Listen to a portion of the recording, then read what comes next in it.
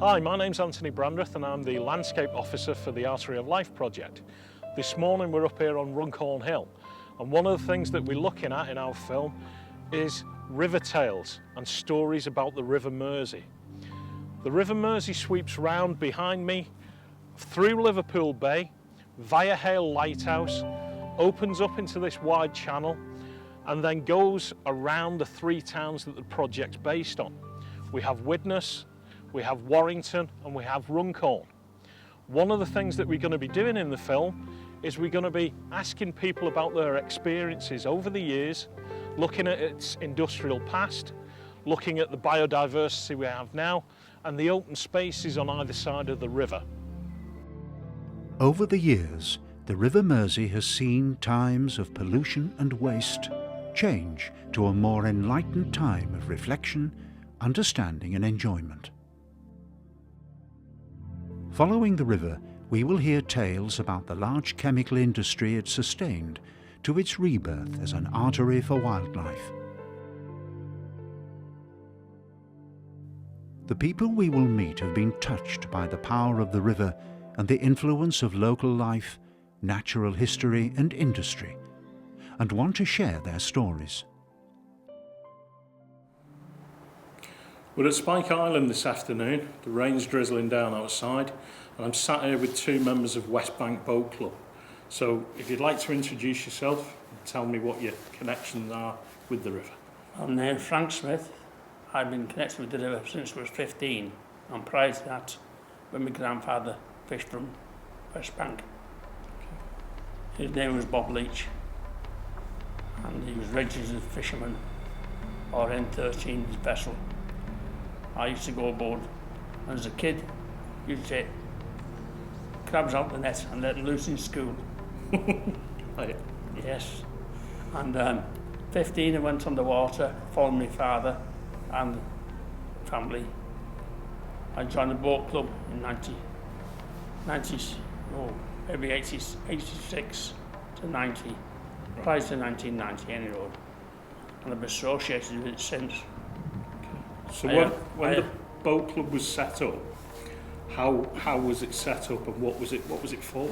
It was for the benefits of the local people who use the boats here, and to promote yachting and seagoing life. And I've been both secretary and treasurer of West Bank Boat Club. Now I've finished on the committee, but I am a trustee. Right. That is my involvement at present. I am Freddie Evans. I lived in West Bank all my life. I started going down the river shrimping with a gentleman called Sam Wilkie, which he was a proper fisherman. And apparently he died, and then I went in the army. I was in 2 years, national service. Mm-hmm. I came out and I decided to buy a pleasure boat. Right. So we bought a lifeboat, which we done up, and we used to do a lot of shooting down at Prodgam Marshes. On the marsh, right. On the marshes. And we gave that up and decided to buy a fishing boat. So we bought a Mitchell 32 and we decided to start fishing. And we used to leave here. A lad named John Law used to look after the locks and open the locks, let us out early hours of the morning. And we used to go as far as New Brighton, and we used to fish in a place called the Rock. Right. That's the Rock Channel. Rock Channel, yes. And what kind of things were you catching out there? We used to catch shrimps, crabs, flounders,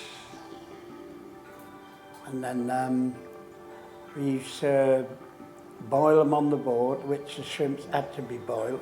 Yeah. And we used to carry, have a boiler lit by propane. And we used to, as I say, we used to have to boil them. And we used to catch as many as 4 boxes. And they didn't go far really, because by the time we dished them out to the family and friends, Yeah. and this went on for a few years, and then apparently the shrimps just faded away. Right. And it's with all the river cleaning up, it has shifted them all. Yeah. So the improvement made less. Yeah. The improvement made less shrimps. And now there's just not much to go for, really. I've noticed when I come down, there's always a hive of activity. There's always lots of people around. Oh, yeah. It's good Can for be at people weekends, weekends especially, because if they're working, they can't work on the boats. Yeah. I'm retired, I work any time. Yeah. Suits myself. Weather permitting. Yeah, of course. Well, that's been great, lads. Thanks a lot. Thanks for being part of the film. You know, and Yes. I'm sure, you know, that it's going to go on and on. Yes. It's a big part of West Bank, and Well, it does a great job. it's a visitor attraction here. You got this Yeah. place, you got the boats, you got the birds. It's a wonderful life down here. Yeah, that's true. It is really, isn't it? We're back on the Widnes side at Pickering's Pasture. Pickering's Pasture is a local nature reserve and is a fantastic place to come and watch wildlife. You can get great views of the river. It's fantastic for bird life. I've even watched porpoises from Pickering's Pasture. With me this morning, I've got Rob Cobain. Rob has actually been in and around the river and observed the river for the last 50 years.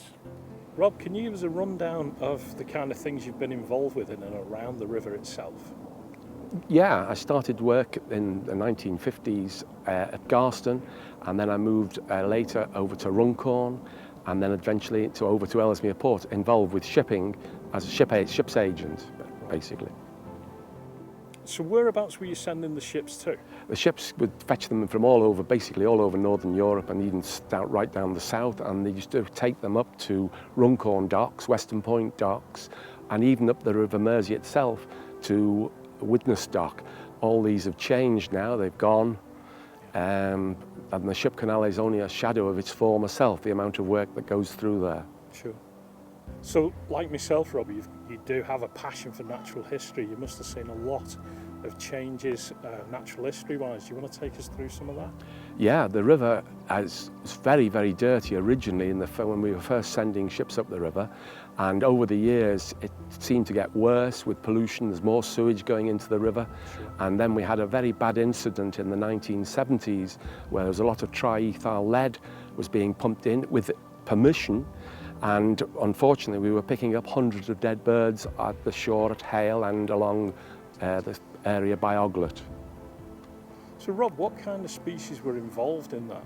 Mainly, the majority were dunlin, but there was also redshank, curlew, and various species of duck.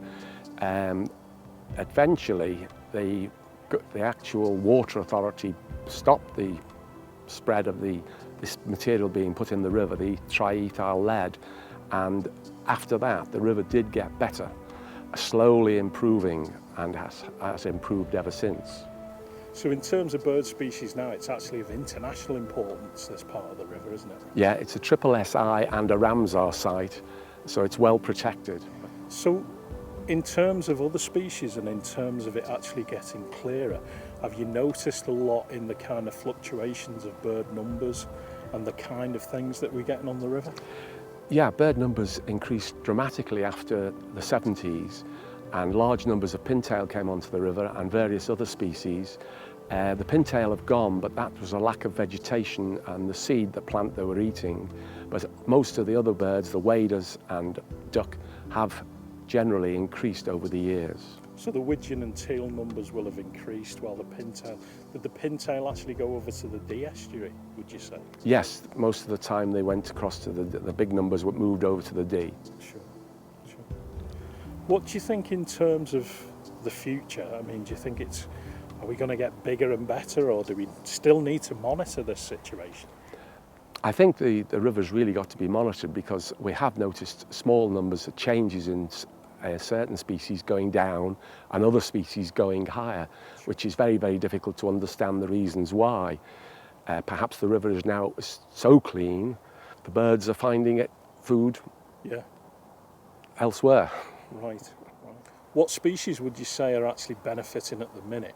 The large numbers are basically the waders. They've increased quite well. Even some of the flocks of lapwing are very, very good, feeding on the banks off Pickering's pasture, and also large numbers of golden plover. Yeah. Other new species are little egrets, which have arrived in the area in recent times. Yeah. We've seen quite a lot of little egrets down at the Hale side, haven't we? Yes, there's been quite a few down there, and also on Hale Marsh and on Hale Ducty-Coy. Sure, sure. Well, that's been great, Rob. It's been great to speak to you. I know you're going to carry on looking after the river and monitoring what's going through, so thanks for being part of the film. Okay. Cheers. We move from Widnes across the river to Wigg Island to speak to Ray Worthington, a former accountant at the Wigg Works. We're at the front of the visitor centre at Wigg Island, and Ray, you were telling me an interesting story about this line of kind of spikes that we can see in front of us. Yeah. Well, in the late 50s, early 60s, there was someone from Runcorn, I never knew who it was. I used to see them working, but they used to bring barges, narrowboats and old smallish boats up the river on flood tide and beach them where the road sloping down from the swing bridge meets the flat, and they used to cut these up for scrap. But the one outside the visitor centre, I remember it quite vividly. They brought it up on the flood and they beached it in the wrong position, so they could never cut it up. Right. And it was there, and it's there to this day, and I was amazed it's just rotted away now. It's just like the skeletal frame, isn't it? Just the skeletal frame there. Being part of River Stories, I was just wondering, you obviously worked here for a long time. Do you still come down to the river? I come down to Wigg Island 2-3 times a week, mainly in the winter actually, to exercise 2 little dash-ons that I've got, and to look at the Runcorn and Widnes Canal, which is now a very pretty place. So I enjoy Wigg Island. Brilliant. That's great. Thanks a lot, Ray. Thank you. On the western side of Runcorn, there are spectacular views of Hale, Liverpool with its 2 cathedrals, Frodsham, Helsby and the distant Clwydian Hills.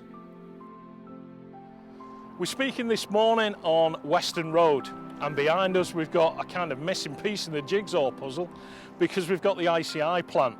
Very important place in terms of the industrialisation of the area, and I'm going to be speaking to Don Whedon. Don's actually lived in and around the area for over 50 years and has worked on some of the plant behind us. Don, so in terms of work over the last 50 years, can you kind of run us briefly through your association with this part of the river?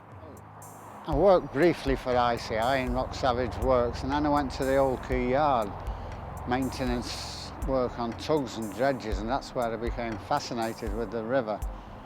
And wasn't that fond of it at first. It was filthy and that, but over the years working there and then at Western Point Docks especially, I could see great improvements in it, because it really was to be designated as an industrial river, but conservationists and environmentalists must have won over and it started to improve.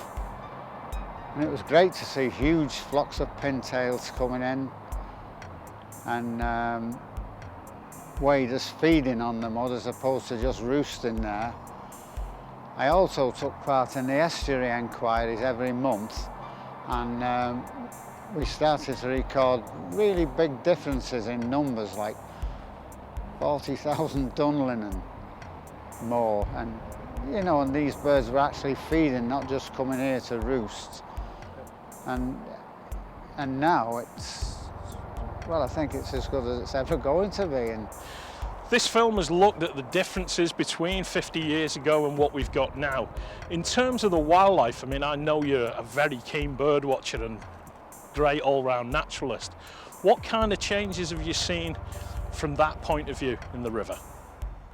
I've always been fascinated with the tides, and I've enjoyed watching the rough weather as well as working outside in the sun, especially gales. I don't want to see people hurt by rough weather or anything, but I do like watching the waves lashing over and seeing things like kittiwakes flying around Western Point docks.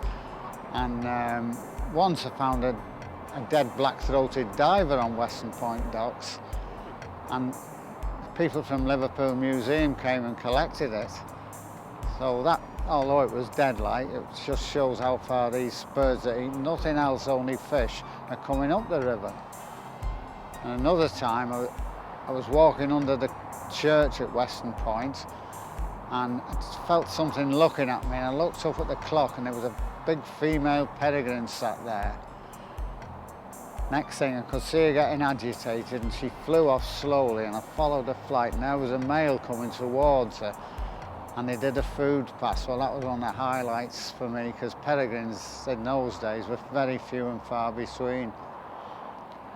I also saw my first buzzard going over for Cheshire, and now they're everywhere. So, like in general on the river, except for the geese, in my sort of lifetime, the white fronts have gone, but the wildfowl have definitely picked up, with huge flocks of teal, widgeon and mallard and shelducks. And the shelducks have preferred to stay here and molt as opposed to going over to the Heligoland Bight and that, so they're finding it better. And they're always feeding, everything's feeding on here, eating the little shells and worms. It must be full of, the mud must be absolutely heaving with live food. Right, Don, that was great. Thanks very much for that. I've known you a long time. I remember you actually taking me to see a white-rumped sandpiper in Frodsham once. So it's great to get you back on board with the filming. So thanks a lot. Cheers. Thank you. Crossing back to Widnes, we find people encouraged by a local project, visiting the river and learning to manage it for future generations. Okay, Jenny, good morning. It's a lovely July morning. It's a little bit overcast, but it's warm. We stood outside the Future Flower. What was your involvement in the setting up of the Future Flower? Well, I work in the Major Development Projects team at Warrington Council. The team itself is responsible for driving forward urban renewal in Warrington. My particular involvement when it comes to the Future Flower is I worked on a programme called the Widnes Waterfront Programme, which is just to the north of where we're standing. Jenny, I've been reading about the setting up of the Future Flower project itself. One of the things that the artist wanted to get was a sense of bringing industry and nature together. Would you like to comment on that? Yeah, sure. The architect saw this area and where Widnes Wharf was adjacent to the old site of the ICI chemical industry and what is now a mixture of derelict sites where ICI have left, existing chemical industry and also just local businesses really getting by. They wanted to have a sculpture really that shows the meeting of Widnes Wharf, the River Mersey, adjacent to this business area, and also the regeneration that's going on within the area, trying to transform these derelict sites. So a couple of months ago, Jenny, we were actually down here for the official opening of the Future Flower. There was a lot of people around. Can you tell us what your role was and what your involvement was in that? My role at the launch event was I organised the event for people to come and attend. I'd been involved in the Future Flower from the start, from the call of artists securing the funding from the North West Development Agency, and then also project managing the actual contract to make sure that it all happened and took place and became a successful project. The launch event itself, we were very keen to invite local dignitaries, people involved in the Widnes Wharf as well, who have an interest in the area and who we thought we'd like to see the work which is taking place and the investment that we're trying to encourage. We also had local school children involved, They'd carried out some site visits during the actual construction of the flower, and then we invite them along to the launch to produce their own pieces of art, their own pieces of public art, There's some really good based on the displays of flower. art, weren't Yeah, there? the local schools were St Gerard's Primary School and Hillbank C of E. So they were both local, they're both involved in the council local art cluster initiative, so they have a keen interest in art as well. So we're very enthusiastic about the flower and being involved. Okay, so obviously this morning we're talking about river tales, we're talking about people's stories of the river. And as part of the Artery of Life is the actual river, the River Mersey. Now, going on your accent, Jenny, you ain't from round here. I'm from Widnes. I'm not, no. How did you come to actually work in the area? Well, I'm from Liverpool, so I'm not too far away. I am only down the road. And I came to work for Halton Council, Widnes, after I graduated from university. My relationship with the Mersey, really, growing up, it's, you know, sharing the pacemakers, ferry across the Mersey, you know, days out down to Osses Pool, things like that. And then since I've come to work at the council, I've been introduced to this area in Halton. I think I personally, I've never been down here before I started to work here, and since I've worked here, I've found quite a few local people and people involved in the borough. I haven't been down there either. No. So since then, as part of like the Widnes Waterfront programme, we are trying to encourage people to come down here by putting in the links in the regeneration area and trying to do projects like the Future Flower and the replacement of Carthouse Bridge, just to try and either reintroduce or introduce people to this area down here, which seems to be hidden away by the surrounding industry. Okay, Jenny, I just want to say thanks to you for coming down and telling us about the Future Flower. It's certainly something that adds to the waterfront itself and to the wharf, and I think is going to become an important part of, you know, what we call in river tales. So thanks again. No problem, thank you. Okay, again, we're filming on Widnes Wharf. It's July, we've got the salt marsh behind us, and I'm going to introduce you to Damien Smith. Morning, Damien. Hi, morning, Anna. How are you? I'm good, thanks. You? Yeah, good. Great. Okay, Damien, can you tell us some of your background and some of the things you've been involved with before and what the project is all about? Sure. You know, I'm an ecologist, and so as an ecologist, one of the questions that we're always asking in nature is, why are things where they are, essentially? So, and my background, you know, I've worked in Southeast Asia on migrating raptors and rare dwarf buffalo in rainforests, and this opportunity has come up, which is a really exciting project on salt marshes, because we're starting at a base which is basically and this area is quite unstudied, and so is the various aspects of salt marshes that I'm looking at, and there's lots of gaps in the general knowledge in science as to the things that I'm looking at, and so that's why I find it so exciting. Okay, so this morning I've noticed you've been obviously gathering baseline data. That's right. Yourself and a colleague been out on the marsh. Can you just take us through the process, what you were doing? Sure. You know, it's a British National Vegetation Classification System, and basically all nature has a classification. And so what we're doing with the salt marsh here is, although it might not look like it from where we might be standing up here, when you get close down there's quite a lot of variety in the marsh. And so we're looking at the classifications of vegetation that are found down there, and we do that using quadrats. And those are a series of squares, and we record percentage cover of all the plant species that we find in the quadrats. And then you go back to a recognised system of classification, and it will give you what salt marsh vegetation you find, and we're looking at what we might find here today. In terms of biodiversity, what is the project going to do? Is there different methods that it can use? Increasing biodiversity or maximising ecology, there are various methods to do that on salt marshes. One is a manual method, which is commonly used, especially in the United States, which involves cutting or building scrapes, or even digging ditches.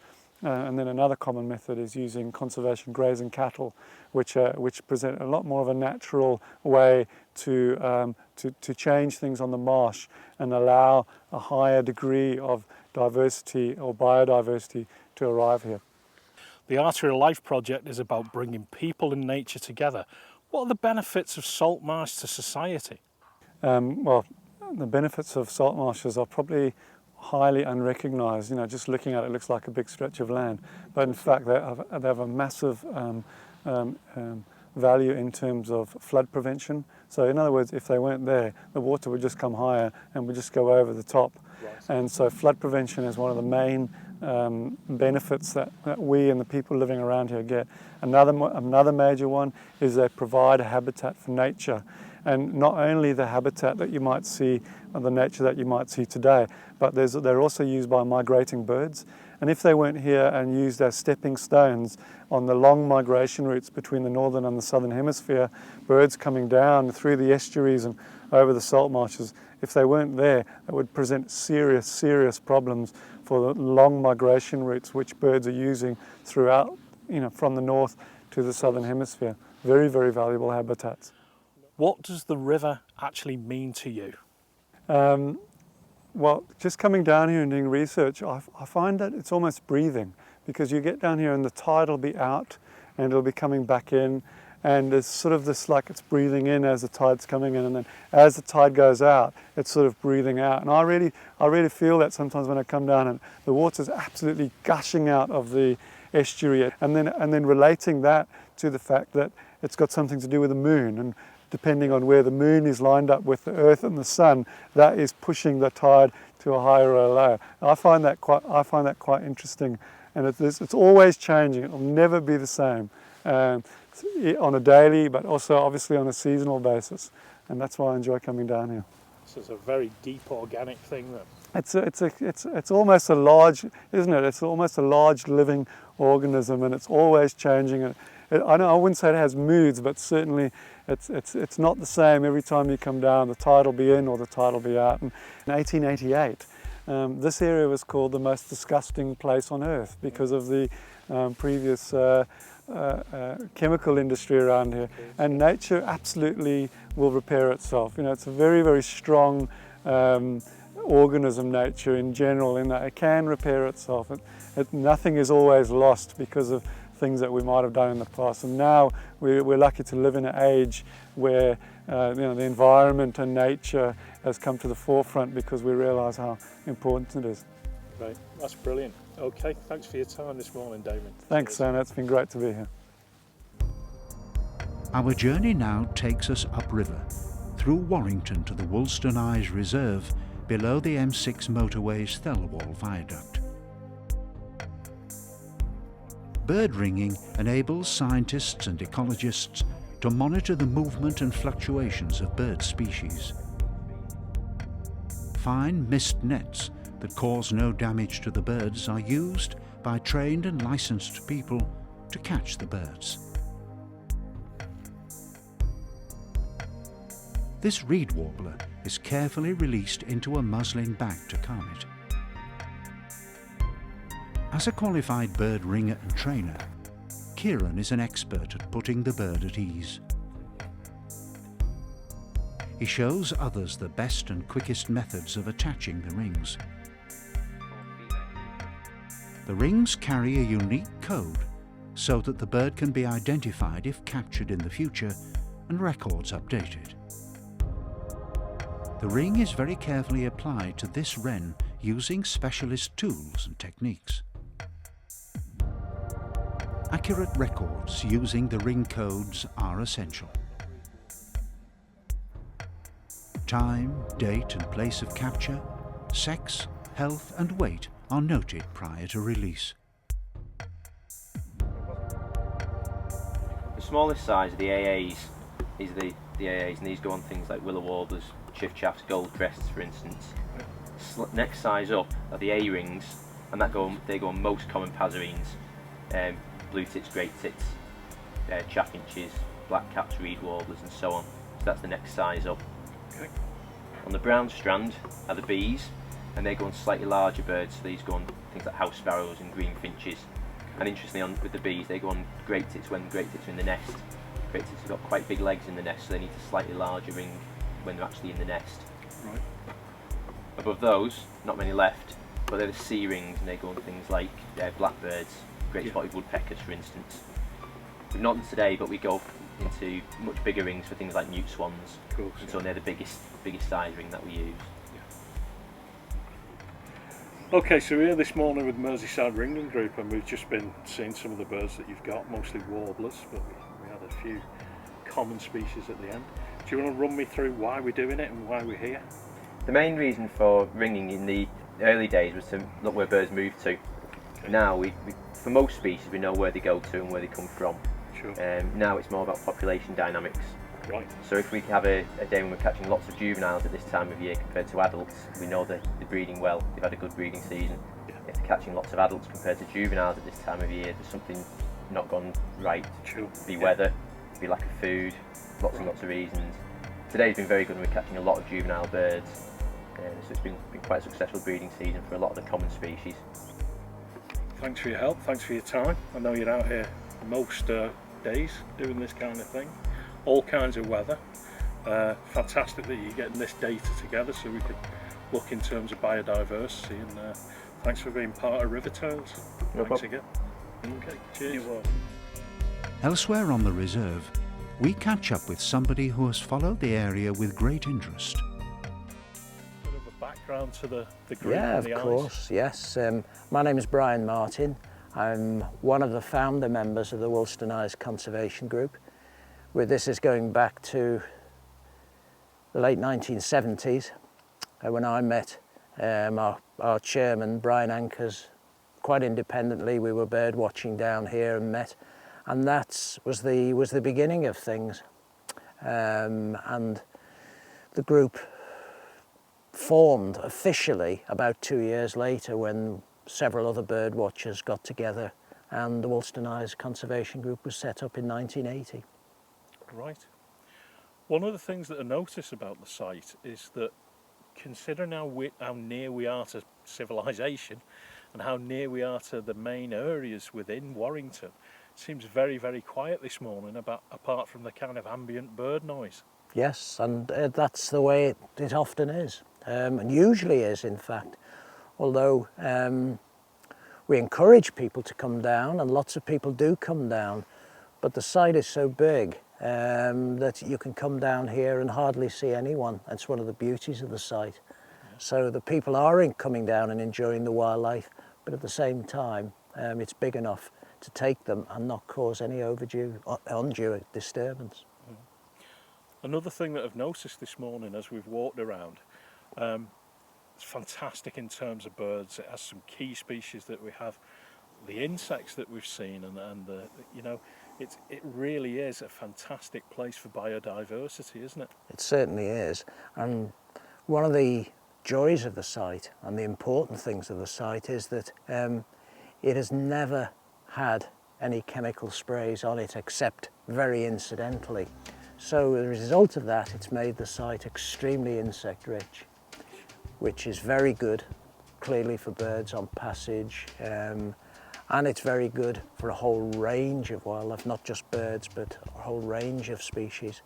And I know from the ringing which you've filmed earlier, the birds often come here and on autumn passage, and they'll weigh them amongst other things, and they'll find they may well catch them in 2 or 3 weeks later, and they could have almost increased their body weight 50% or even more on the rich feeding that's here. And that's what makes a site so important. That's why it's vital, yeah. And that the birds can build up their fat reserves to get on the journey and make a long journey, sometimes even a journey without a stop to Africa. Yeah. So that's why sites like this are important and need to be saved and protected and managed. The name of the film that we're making is River Tales, and to get onto the site you need to get across the river. As we came over on the bridge, we heard a kingfisher. That's right. What does the river actually mean to you, Brian? Because you must have seen changes in the river in the amount of years you've been coming down here. Seen lots of changes. In the early years, in the late 70s and 80s, the river was very polluted. It was a claret colour, strange colour. It smelled, there was foam on it. if you got the wrong side of the river with the wind in a west direction and you were just to the east of it, you got covered with this foam and it was really horrible. That's all gone now. The river's cleaned up. In those early days we never saw great crested grebes on the river, or very rarely. Now they breed in some numbers on the river because the fish have come back, and the whole river has just cleaned up and become very, very, very full of life. And the kingfishers breed in the banks, and what we'd like to see are water voles coming back, but that's perhaps the next thing to happen, we hope.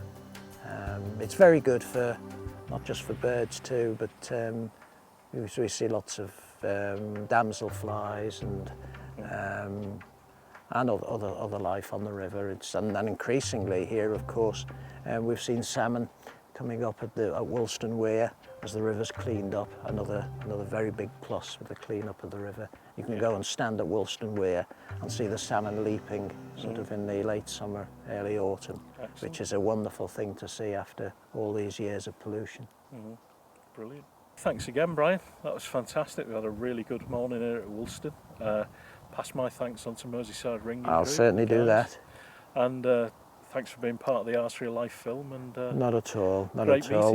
We're always pleased to welcome any visitors to this splendid site. Perhaps I shouldn't say that, but I'm biased, but it is an exceptionally good site. It certainly is. And straddling the Mersey, and such an important place for wildlife. Thanks again. My pleasure. Warrington Town Centre is an important link between Halton and Woolston for wildlife. Ringing records show that kingfishers use the River Mersey to guide them from Woolston under the roaring traffic of Bridgefoot to reed beds in Runcorn and Widnes. The River Mersey is an artery of life for people and wildlife.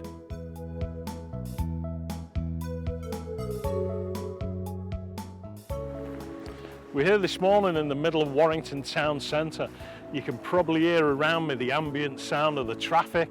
We've got the railway running past with trains running through quite regularly.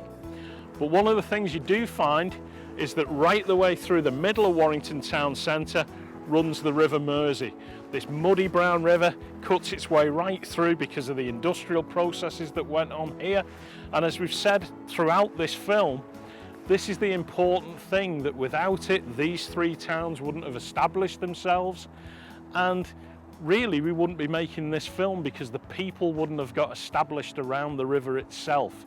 So as well as all the wildlife, the thing that you've got to remember is that without the river, we wouldn't be here. Do you have a tale of the river you would like to share? Or, if you or a group you belong to would like to be involved in the production, please contact the Artery of Life officer, Anthony Brandreth, on 01928 583 917, or via email at anthony.brandreth@halton.gov.uk.